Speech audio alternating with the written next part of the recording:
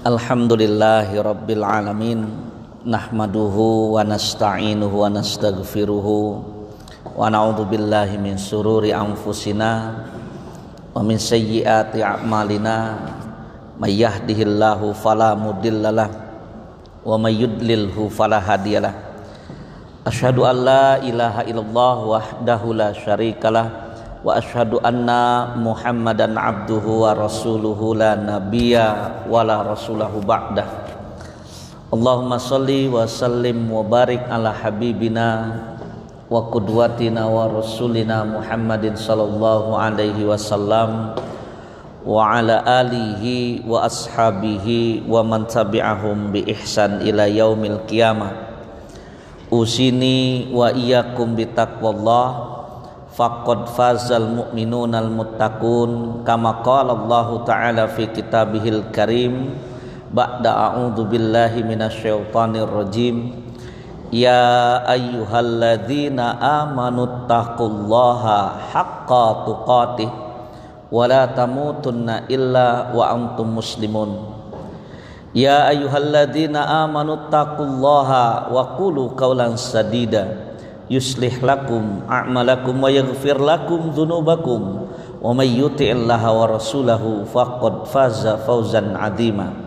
Wa kama qala Rasulullah sallallahu alaihi wasallam ittaqillaha haitsu ma kunta wa atbi'il sayyi'atal hasanata tamhuha wa khaliqin nasa bi khuluqin hasanin. Bapak-bapak, ibu-ibu, rekan-rekan adik-adik kaum muslimin rahimani wa rahimakumullah.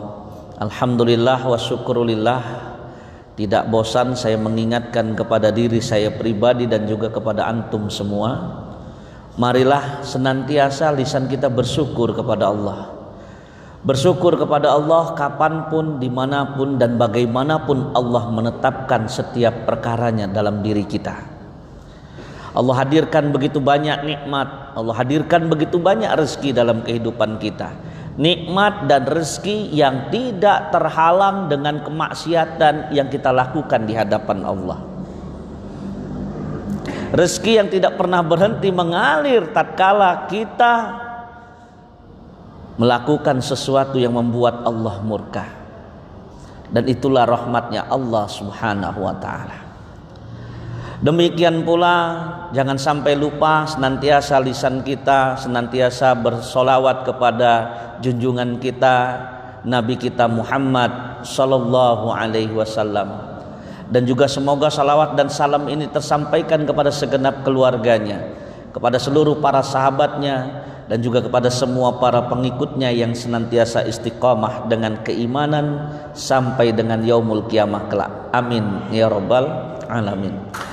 Baik, Bapak, Ibu-ibu, kaum muslimin rahimani wa rahimakumullah, akan kita lanjutkan kembali kajian kita dalam kitab Adabul Mufrad.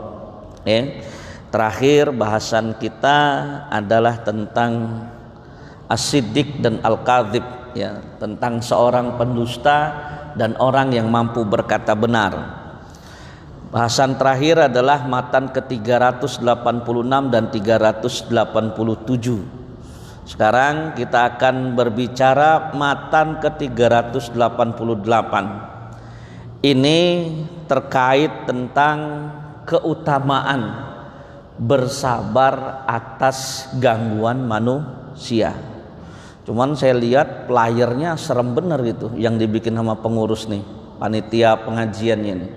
Flyernya rumah kebakar. Waduh, pikir saya, ini serem bener nih flyernya nih, cocok nggak ini pikir saya, keutamaan bersabar atas gangguan manusia. Backgroundnya rumah lagi kebakar, Masya Allah. Ya mudah-mudahan cocok lah ya. Berarti ini nyuruh ustadznya untuk on fire ini ya. Tapi saya baca terlebih dahulu matanya ke-388 dalam kitab Adabul Mufrad. Hadasana Adamu qala hadasana Syu'bah anil A'masy an Yahya ibnu Wathab an Ibni Umar radhiyallahu anhuma anin Nabi sallallahu alaihi wasallam qala. Rasulullah sallallahu alaihi wasallam beliau bersabda, al mu'min alladzi yukhalitun nasa wa yasbir ala adahum khairun minalladzi la yukhalitun nasa wa la yasbir ala adahum. Kata Rasulullah sallallahu alaihi wasallam, seorang mukmin yang bergaul bersama dengan manusia, bersosialisasi ya di tengah-tengah manusia yang banyak, kemudian mampu bersabar atas setiap gangguan yang ditimbulkan dari efek pergaulannya, kata Rasul jauh lebih baik daripada seorang mukmin yang tidak bergaul dengan manusia dan juga tidak mampu bersabar atas setiap gangguan yang ditimbulkan dari pergaulan tersebut. Ya, insyaallah. Saya ingin mengatakan, yang dikatakan oleh Rasulullah Sallallahu Alaihi Wasallam menekankan kepada kita bahwasanya kita manusia ini makhluk sosial, Pak. Maka jangan sampai kita sebagai manusia merasa punya rasa bisa hidup tanpa manusia yang lain. Ya, tidak boleh menutup diri, tidak boleh menjauhkan diri dari pergaulan, karena sesungguhnya kita punya kewajiban untuk berinteraksi dengan manusia. Karena terkadang ada nih di antara kita itu yang punya prinsip, saya nggak mau bergaul lah, nanti saya akan terjerumus. Iya betul.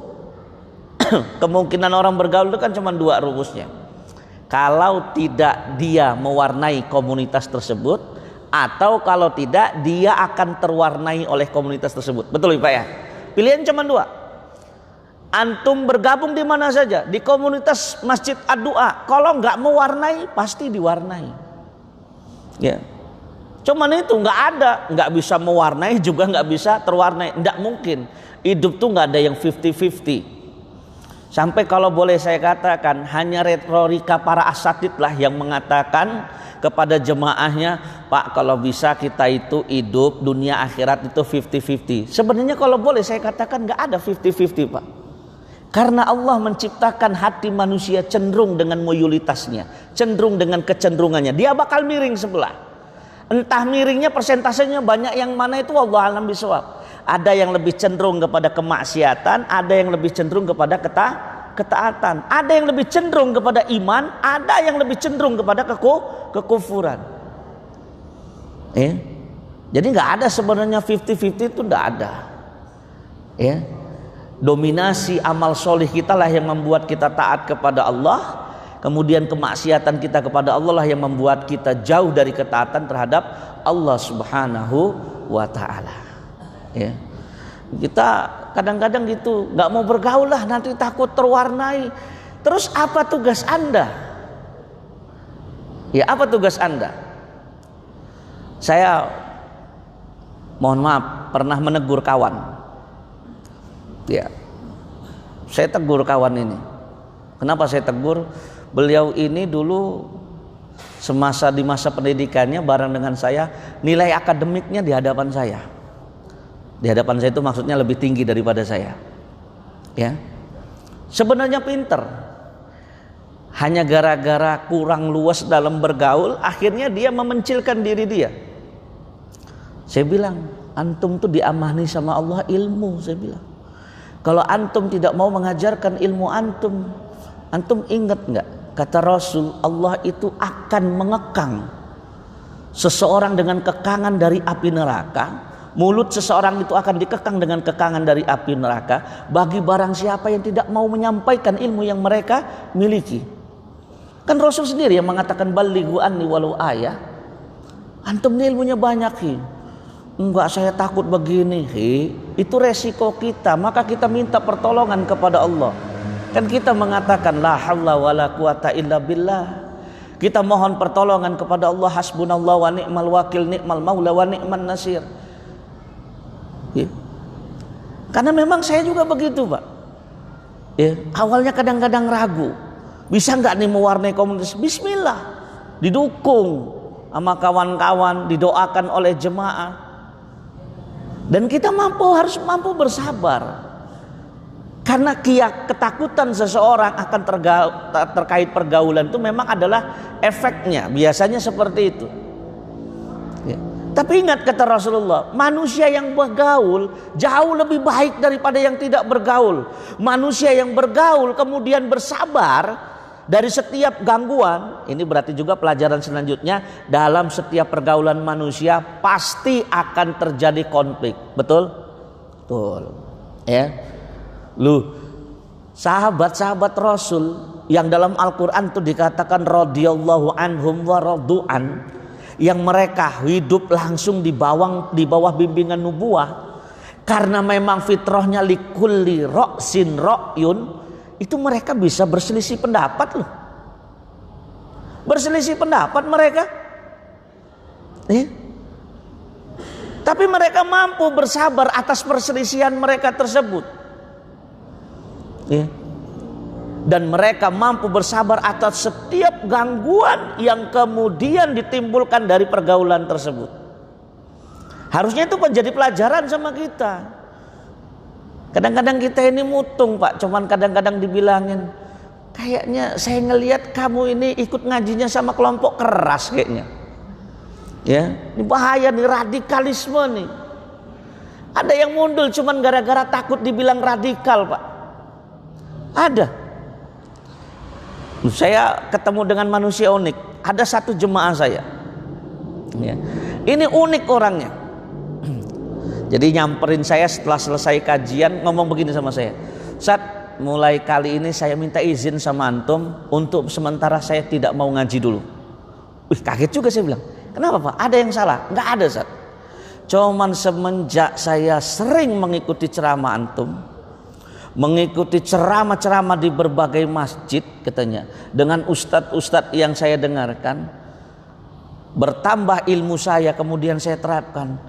Tiap hari saya berantem, tukar mulut, tukar adu argumen, maksudnya tukar pikiran, kemudian berargumentasi, akhirnya berdebat sama teman kantor, sama pimpinan kantor, bahkan gak jarang sama istri.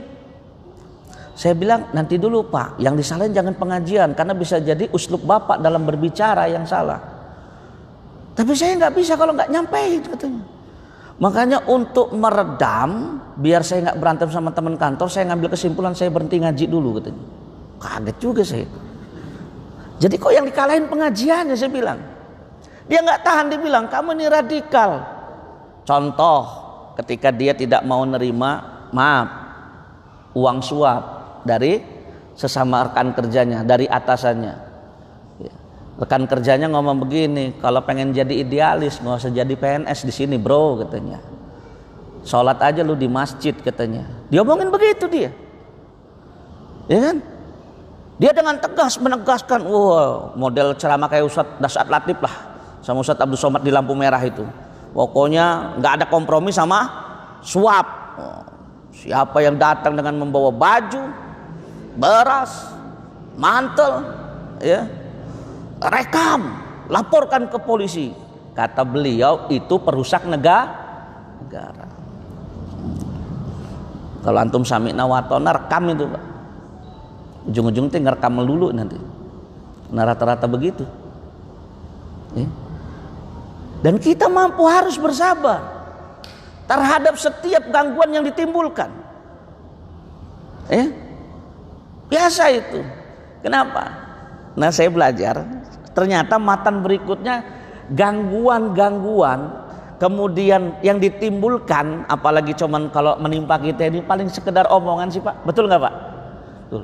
Kalau saya ini udah inilah, pokoknya udah terlalu baal kalau bahasa ininya. Saya itu sering dibilang khawarij, sering.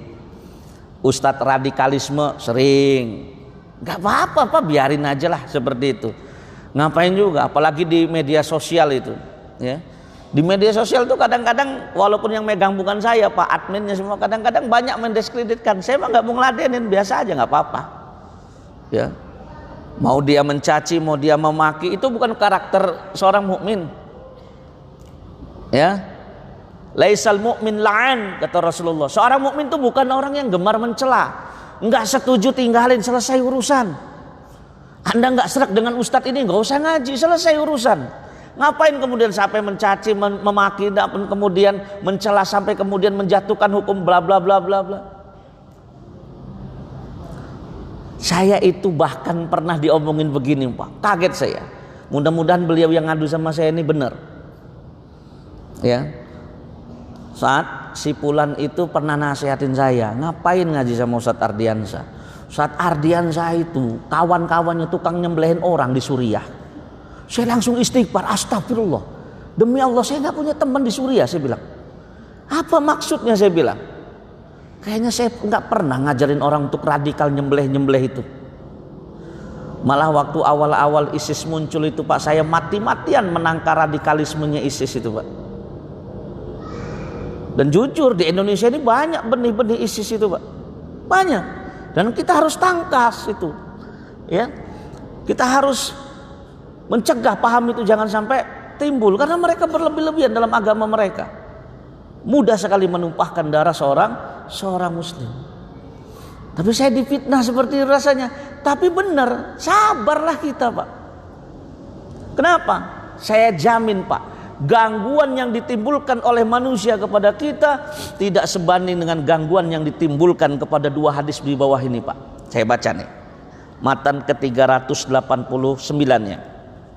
Hadasana Musaddad qala hadasana Yahya ibnu Sa'id an Sufyan qala hadasani Al-A'mash an Sa'id ibn Jubair an Abi Abdurrahman As-Sulami an Abi Musa anin Nabi sallallahu alaihi wasallam qala.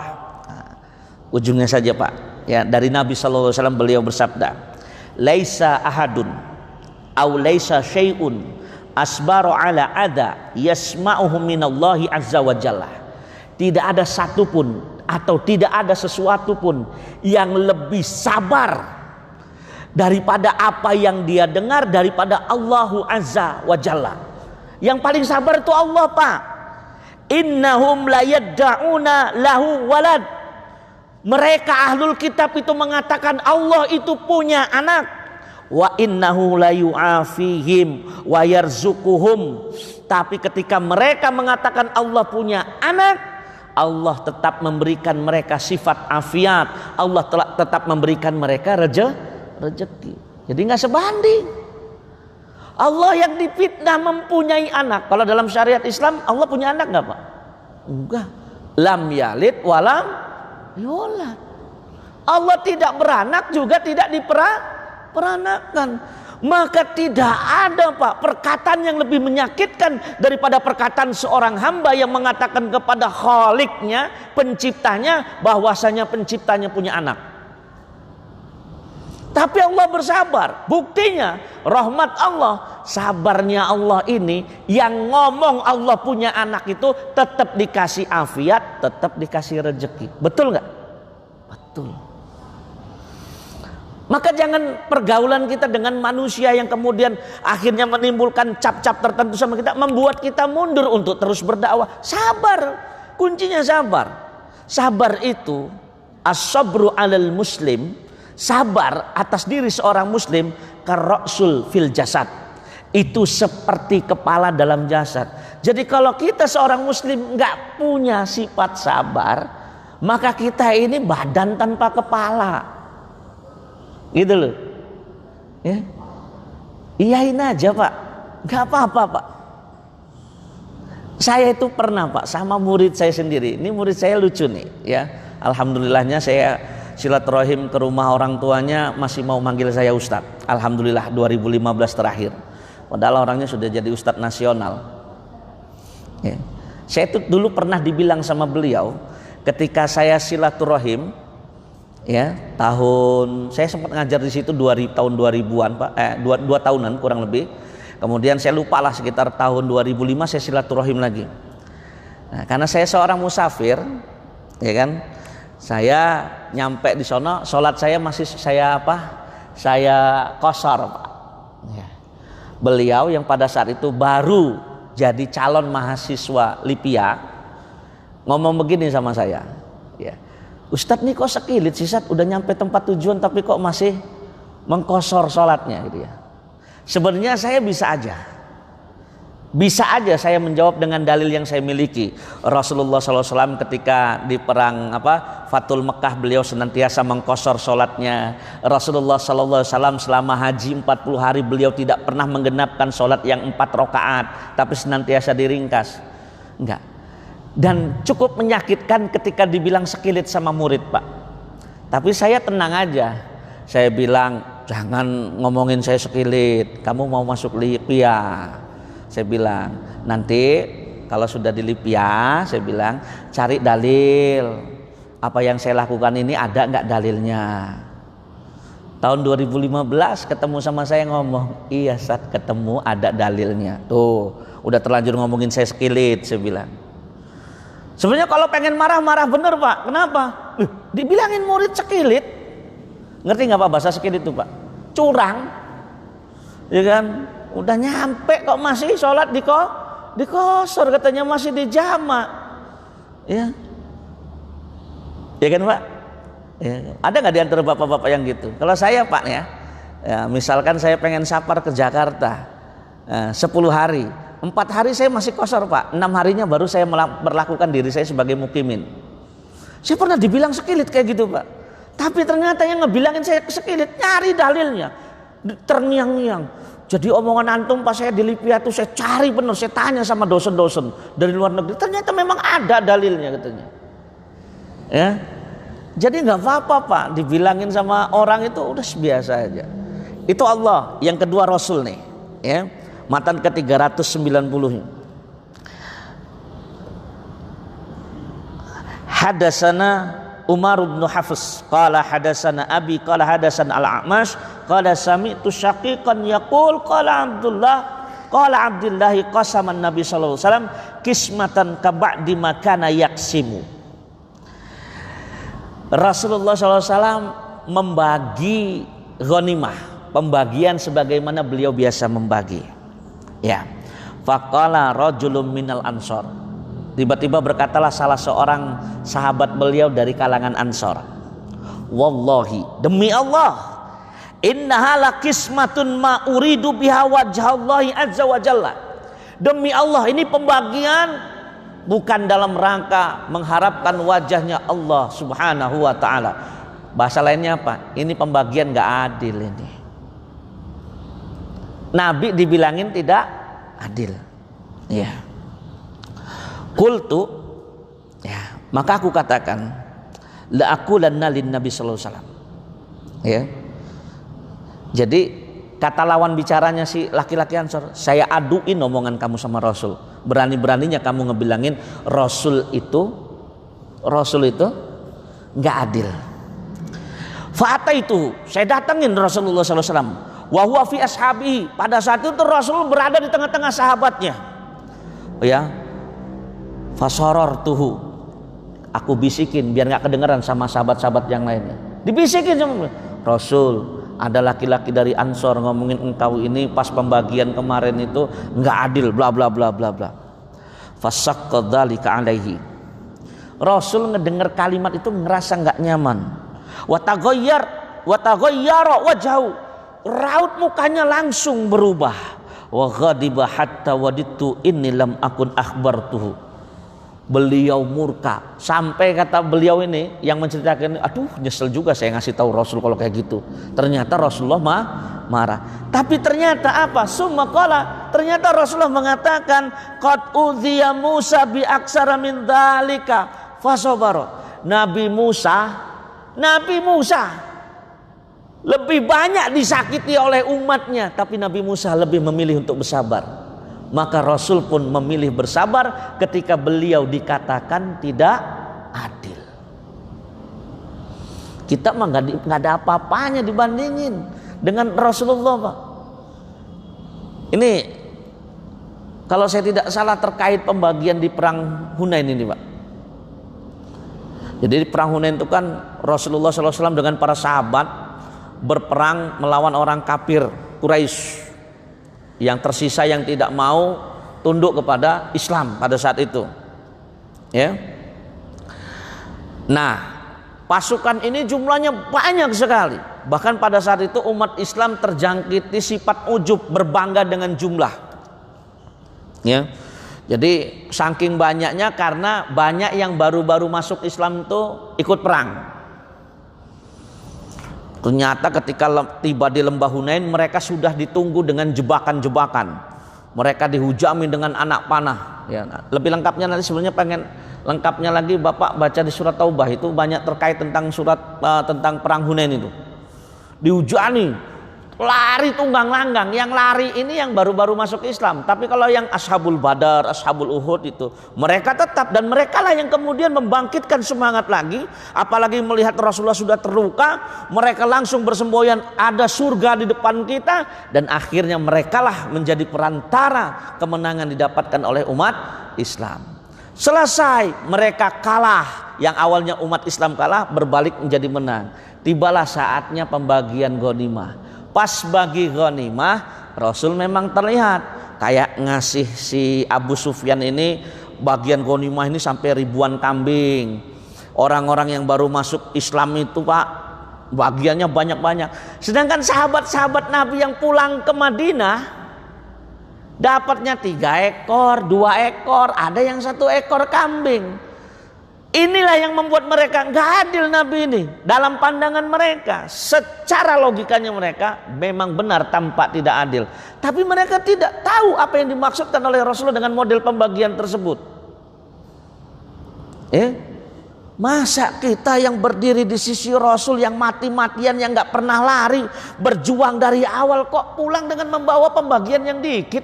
Mereka-mereka yang baru masuk Islam itu pulang dengan membawa bagian yang banyak. Rasul Pak, saking terlukanya beliau kumpulkan para sahabat, ngomong begini Pak, di tengah-tengah sahabat Ansor, wahai sahabatku, demi Allah, kalau bukan karena hijrah, aku lebih memilih menjadi ahlul Madinah. Saking ingin mengatakan saya itu lebih cinta Madinah daripada Mekah, walaupun beliau dilahirkan di Mekah. Sampai kata beliau begini, wahai saudara-saudaraku, sahabat-sahabatku, apakah kalian merasa bersedih hati?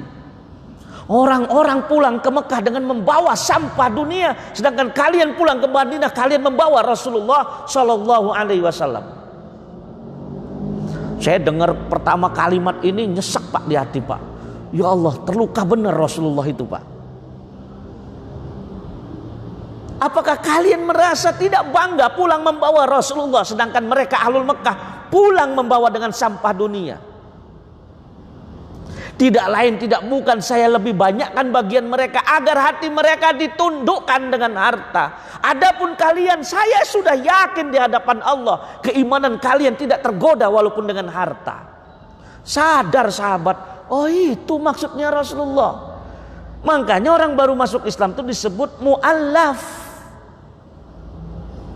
Mu'allafatu qulubuhum, hati mereka ditundukkan. Makanya para mu'alaf itu kalau baru masuk Islam, mereka kaya sekalipun berhak mendapatkan zakat. Termasuk 8 asnaf mereka Pak. Cuman yang benar-benar mu'alaf Pak, jangan sudah 30 tahun mu'alaf datang ke pengurus masjid, saya mu'alaf nih. Tahun berapa Pak? Tahun 80. Loh, 40 tahun yang silam. Ya. Kita juga kadang-kadang salah sih, ini mu'alaf nih. Mu'alaf tuh yang baru-baru, kalau yang sudah lama, ini saudara saya muslim. Itu Pak. Ya jadi kembali lagi Pak, Rasul itu sebenarnya kalau mau marah bisa marah. Tapi kata beliau, Nabi Musa lebih disakiti lebih banyak lagi Pak. Tapi beliau memilih bersabar. Lihatlah sejarahnya Nabi Musa. Harus berhadapan, ditakdirkan sama Allah ngurusin sebuah bani yang paling banyak disebut dalam Al-Quran, Bani Israil. Udah di Mesir ditindas ya, dengan pertolongan Allah bisa ngebelah Laut Merah, diselamatin, nyampe selamat. Kemudian Fir'aunnya diperlihatkan timbul tenggelamnya, dikabulkan doanya, mereka nyampe di Palestina. Ditinggal sebentar nerima wahyu 40 hari sudah kafir mereka Pak. Gimana nggak murka Nabi Musa? Nggak tahu diri bener ya, udah diselamatin gitu ya, cuman ditinggal 40 hari sudah nyembah anak sapi atas hasutannya Samiri. Dan lebih banyak lagi perkataan-perkataan mereka yang menyakitkan Nabi Musa alaihissalam. Nabi Musa itu pernah dibilang tubuhnya cacat. Kenapa? Karena nggak mau mandi barengan dengan orang-orang. Dulu tabiatnya laki-laki kalau mandi di sungai rame-rame Pak, telanjang. Nabi Musa nggak mau telanjang. Mandinya sendirian. Dibilangin karena cacat katanya. La haula wala quwata illa billah. Ya lihat Pak, Allah dan Rasulnya mampu bersabar atas setiap gangguan yang ditimbulkan. Kenapa kita tidak mampu bersabar? Apa yang membuat kita tidak mampu bersabar? Bersabarlah diri kita. Gangguan itu dijadiin nutrisi kalau bahasa saya. Ya. Iyain aja gampang Pak. Terkadang omongan orang lain tuh nggak perlu kita balas. Biarkan lenyap dengan sendirinya. Sulit memang. Memang bersikap seperti ini saya juga jujur ya Pak. Itu bisa seperti ini dengan proses Pak, melalui proses. Proses ininya berseiring dengan pertambahan usia, bertambah kedewasaan, makin nambah ilmu makin banyak. Ya kalau kayaknya kalau masih muda itu dibilangin sesat sedikit aja nggak terima Pak. Ya apalagi yang masih muda gitu ya, yang usianya di bawah 40 lah. Ya. Sama Pak, saya dulu pernah nih punya kasus di Cirebon lagi dakwah kayak gini Pak. Didatengin orang pakai golok. Malah saya tinggalin majelisnya, saya sambut dia sama saya. Turunin golok itu saya bilang. Mau ngapain datang sini pakai golok? Kayak jagoan aja saya bilang. Padahal masalah juga Pak, kalau dia khilaf kan bahaya itu Pak. Ya kan? Tapi karena dulu saya juga masih muda, pikir saya lu jual gua borong. Saya samperin bener sama saya. Jemaah udah pada ribut, nggak usah saya bilang, dia datang sendirian, saya hadapi sendirian saya bilang. Ya, untungnya kata-kata saya itu tanda kutip menyihir dia. Saya kasih janji sama kamu saya bilang. Kalau saya omongannya ada salah, ikuti kajian saya. Kalau ada yang salah, nggak usah nunggu besok. Malam ini saya kemas barang saya pulang ke Lampung saya bilang. Itu janji saya. Dan itu omongan laki, yang dipegang dari laki itu omongannya saya bilang. Alhamdulillahnya dia ngalah. Ayo sini goloknya saya bilang. Ya, nggak usah main-main kayak gini saya bilang, nggak usah sok-sok jagoan saya bilang. Nurut untungnya dia Pak, masuk. Alhamdulillah. Sampai tahun 2001 beliau jadi murid saya. Dulunya pengen ngebacok saya Pak. Hanya gara-gara termakan hasutan. Nih Ustadz tukang pecah belah. Sebenarnya itu Pak, cuman karena dengar kila wakola. Padahal Rasulullah SAW ang kila wakola. Rasul itu melarang kita dari menyebarkan berita yang gak jelas. Tapi kalau kita jadi objek, jadi bahan pembicaraannya, menurut hemat saya biarin aja Pak, nggak apa-apa.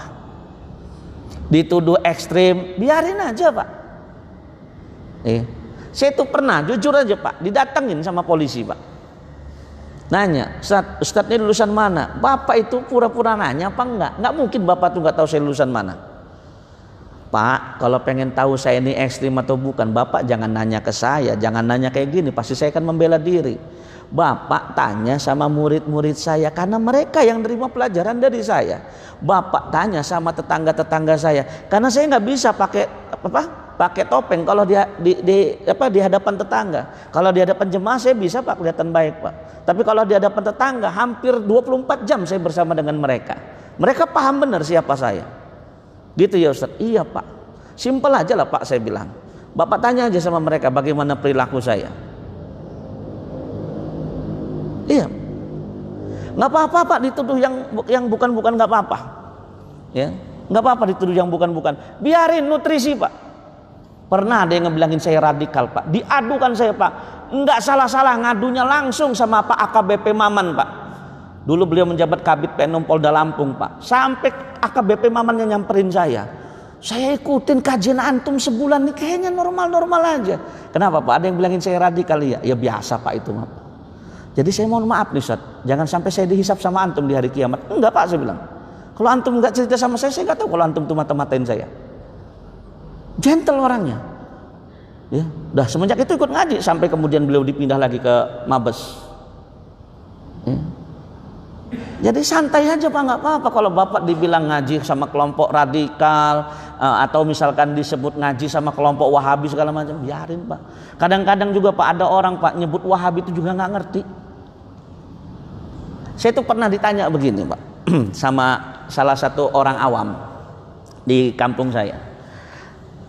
Ustadz ini ngajarin Wahabi ya? Kaget kan saya. Wih, saya bilang ini orang jujur yang bagus nih, saya bilang. Jujur terang-terangan. Wahabi itu apa? Ya kayaknya mah Ustadz ini Wahabi. Apa Wahabi itu? Sholat nggak pakai kunut kalau subuh. Terus nggak maulidan, nggak Isra Mi'ratan. Wahabi itu ya, saya bilang. Saya malah baru tahu, saya bilang. Kalau Wahabi itu begitu. Berarti kan cetek pemahaman. Ada orang nyebutin Wahabi itu ciri-cirinya begitu. Kalau bisa begitu bahaya. Orang Muhammadiyah Wahabi juga. Muhammadiyah kan sholatnya nggak pakai kunut, betul. Tapi orang Muhammadiyah bukan Wahabi, Pak. Nah kadang-kadang kita juga salah nih, penisbatan itu juga. Ngomong tapi nggak tahu arti. Ya? Saya bilang, Pak, kalau Bapak nggak ngerti apa itu Wahabi, Bapak jangan ngecap saya Wahabi. Tanya dulu ilmu Wahabi itu apa. Wahabi itu, Bapak saya tanya dulu, ngambilnya dari mana? Kan Wahabi itu penisbatan, itu biasanya nisbat. Wahab itu artinya maha pemberi, salah satu asmaul husna. Kalau saya dikatakan Wahabi dari kata-kata Al-Wahhab, saya memang iya, alhamdulillah kalau dibilang Wahabi. Karena Al-Wahhab itu maha pemberi. Iya kan? Makanya kadang-kadang bingung ini, nisbat Wahabi itu ke siapa? Kepada Syekh Muhammad bin Abdul Wahab. Harusnya bukan Wahabi, karena Wahabi kan bapaknya. Abdul Wahab itu bapaknya. Kalau mau Muhammadi, bukan Wahabi. Jadi seperti itu. Kadang-kadang gitu Pak, cuman disebut. Paling omongan aja Pak kita mah Pak. Nggak kayak Rasul sampai ditimpukin. Kalau Rasul kan sampai ditimpukin, betul kan? Dakwah ke Taif itu Pak, sampai Zaid bin Harisah netesin air mata Pak. Beliau tuh sampai nutupin badan Rasul dengan badan beliau.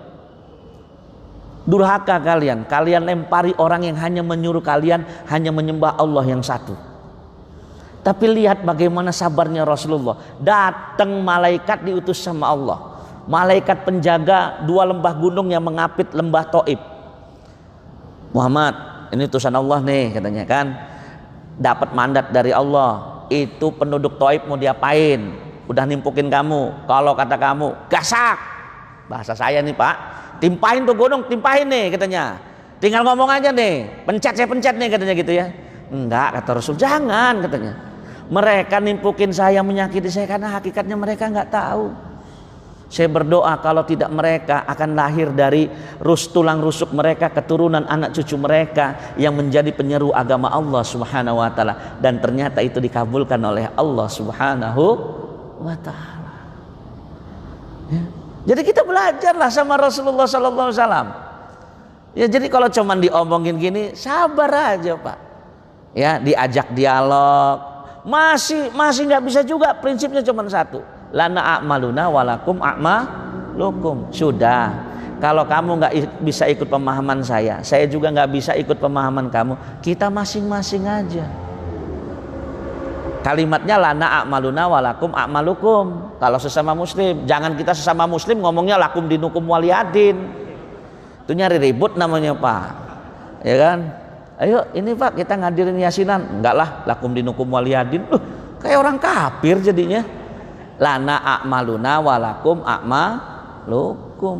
Simpel Pak sebenarnya Pak. Ya. Yang penting kita mampu bersabar atas gangguan mereka. Dan gangguan yang ditimbulkan atas pergaulan di kalangan kita ini hanya sebatas omongan. Kalau terhadap yang besar-besar bisa jadi lah ya, pukulan, kezoliman, diambilnya harta, ditumpahkannya darah. Tapi kalau itu pun dibuat sabar, enak Pak. Kenapa? Segala sesuatu yang diambil dari diri kita, baik darah kita ataupun harta kita, selagi cara mengambilnya tidak dengan jalan yang hak, insya Allah akan kembali kepada kita. Kalau tidak kembali di dunia, insya Allah akan tetap kembali di akhirat. Nggak apa-apa, diomongin apa aja, iya kok baik Pak. Ya, iyain aja, nggak apa-apa Pak. Kadang-kadang kita ini nggak perlu membela diri. Biarin seiring dengan perjalanan waktu mereka nanti akan bisa menilai dengan sendirinya. Dan saya sudah terapin itu. Yaitu murid saya pernah ngebilangin saya skillet. Sampai beliau jadi ustadz, akhirnya beliau sadar, oh iya, ternyata ada dalilnya. Ya, mudah-mudahan kajian singkat ini bermanfaat, berfaedah bagi kita. Semoga Allah Subhanahu wa taala melapangkan dada kita semua, dan semoga Allah Subhanahu wa taala senantiasa mengistiqomahkan kita di atas amal soleh kita. Barakallahu fikum, subhanaka Allahumma wa bihamdika, asyhadu an la ilaha illa anta, astaghfiruka wa atubu ilaik. Aqulu qouli hadza wa billahi taufiq wal hidayah. Assalamualaikum warahmatullahi wabarakatuh.